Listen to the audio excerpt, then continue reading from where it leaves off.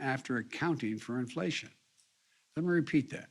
Even after accounting for rising prices, the typical American family has more money in their pockets than they did last year or the year before that.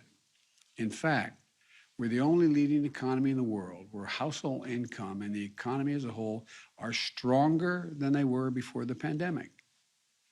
You know, there are other signs of strength too. The number of small businesses up by 30% compared to before the pandemic.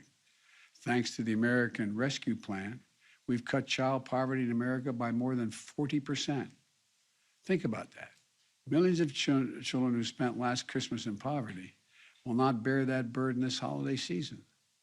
And the Treasury Secretary, Janet Yellen, described it yesterday that it is, quote, a profound economic and moral victory for our country, end of quote.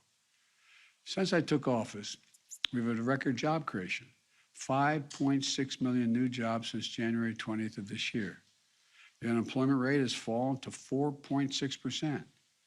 We're seeing more new small businesses, higher wages, and more disposable income. Fewer children in poverty, fewer people getting unemployment checks. None of this was inevitable. It was because of the American Rescue Plan, which virtually every Democrat in Congress voted for and every Republican voted against.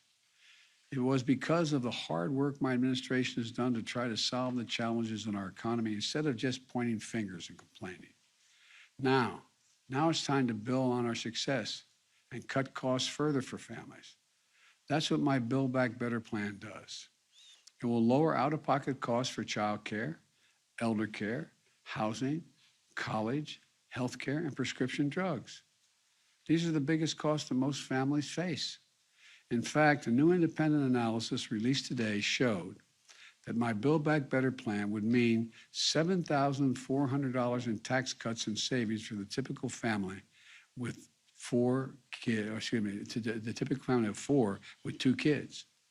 17 Nobel laureate winners in the Nobel economic winners have written a letter affirming that this bill will reduce inflationary pressure in the economy.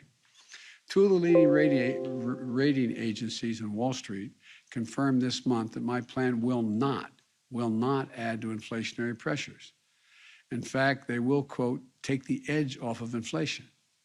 Now my Republican friends are talking a lot about prices, but they're lined up against my Build Back Better plan, which would go right at the problem for rising costs for families.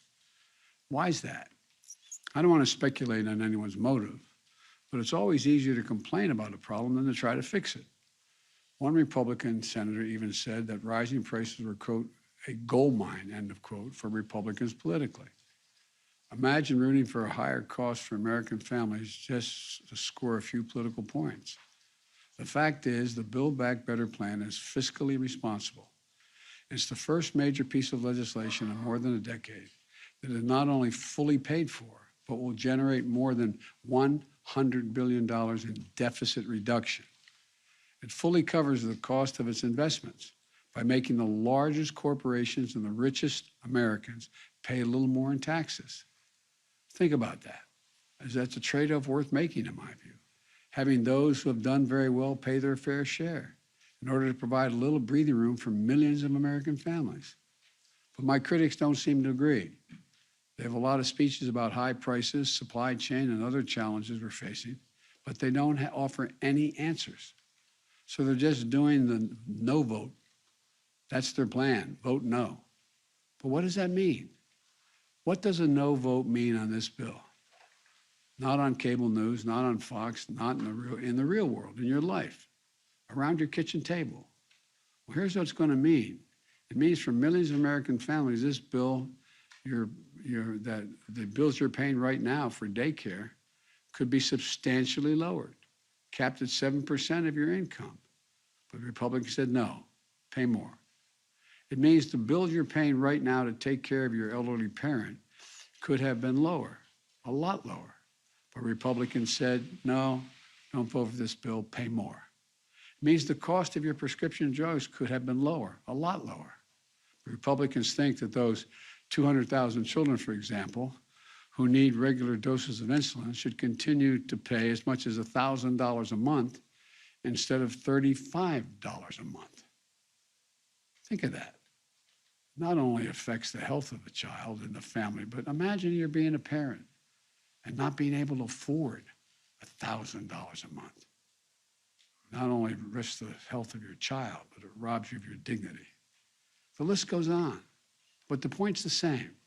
What I propose is a way to lower some of the most difficult costs families have to pay every month by asking big corporations, 40 of the Fortune 500 companies paid zero in taxes, making $40 billion in the process. And the wealthiest Americans pay their fair share in taxes. Look, remember, we're in a situation, as far as Republicans are concerned, they'd rather the bills at your kitchen table be higher so the tax bills of corporate conference rooms and big mansions can be lower. In this case, let me tell you something. Nothing will be more expensive for American families than a no vote on the Build Back Better plan. I believe we simply can't afford to do nothing and wait and see what happens. In the moments we face today, that just isn't a responsible course. We live in uncertain times. Families are anxious about COVID, the economy, the cost of living. And the way to relieve that anxiety is with consistent, determined, focused action. I started my presidency with the American Rescue Plan. Now that law is carrying our nation forward on vaccinations, boosters, keeping our schools open, and so much more. I designed it as a year-long plan because I knew we'd have a lot of obstacles to overcome. Next, we passed the bipartisan infrastructure law because a lot of our infrastructure is crumbling. We have to prepare ourselves to compete and win the 21st century global economy. For most of the 20th century, we led the world by a significant margin because we invested in ourselves, not only in our roads and highways and bridges, but in our people and our families. We built the interstate highway system. We invested to win the space race. We were among the first to provide access to free education beginning back in the late 1800s. These decisions to invest in our country and our families were a major reason why we were able to lead the world for much of the last century. But somewhere along the way, we stopped investing in ourselves. America is still the largest economy in the world. We still have the most productive workers and the most innovative minds in the world. But we've risked losing our edge as a nation. Our infrastructure used to be the best in the world. Today, according to the World Economic Forum, we rank 13th. And we have to invest in our greatest asset as well, our people. For example, we used to lead the world in educational achievement. Now the Organization for Economic Cooperation and Development ranks America 35 out of 37 major countries when it comes to investing in early childhood education and care. We can't be competitive in the 21st century global economy if we continue to slide. One of the reasons I believe so firmly in this is because I know what this country can be. We've always been a nation of possibilities. We didn't become this nation we know by dreaming small. Throughout our history, we've emerged from crisis by investing in ourselves. During and after the Civil War, we built the Transcontinental Railroad, uniting America. During the Cold War, we built the interstate highway system, transforming the way Americans are able to live their lives. And now we'll build the economy for the 21st century. I truly believe that 50 years from now, when historians look back on this moment, they're going to say this was the beginning of the moment when America won the competition for the 21st century. I think that's what we're going to see happen, God willing. May God bless you all, and may God protect our troops. Thank you very much. Mr. President, what's the level of concern that the new variant will end up exacerbating the very issues on supply chains your team has been working on the last several months? Well, look, you know me, I'm an optimist. What we have seen so far does not guarantee that's the outcome. As a matter of fact, we're going to know in the next several weeks that just not only how transmissible the disease is, but how extensive it is, how dangerous it is, and what damage it does, and most importantly, whether the vaccines we have are capable of dealing with this virus, particularly if the boosters we're trying to get everyone to get. So I think the jury's still out. I think it's a little early to make that judgment, but am I concerned? Of course I am. until we get the final answers. I'll take a couple more questions. Yes. Mr. President, what is your reaction? The Supreme Court heard that abortion case today, and the justices signaled that they are on the verge of major changes to abortion law in the United States. Do you have any plans to try to codify the law? What is your reaction to that? Well, first of all, I didn't see any of the debate today, the presentation today.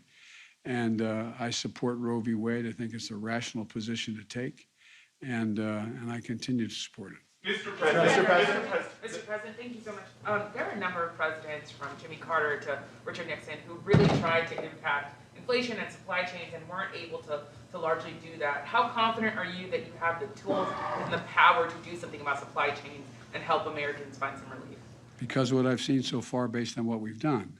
This is the first time I've seen where labor and business is so ready to cooperate, because they didn't go through a period of over 2 years almost, of the impacts of a terrible virus that has caused real damage to the world economy.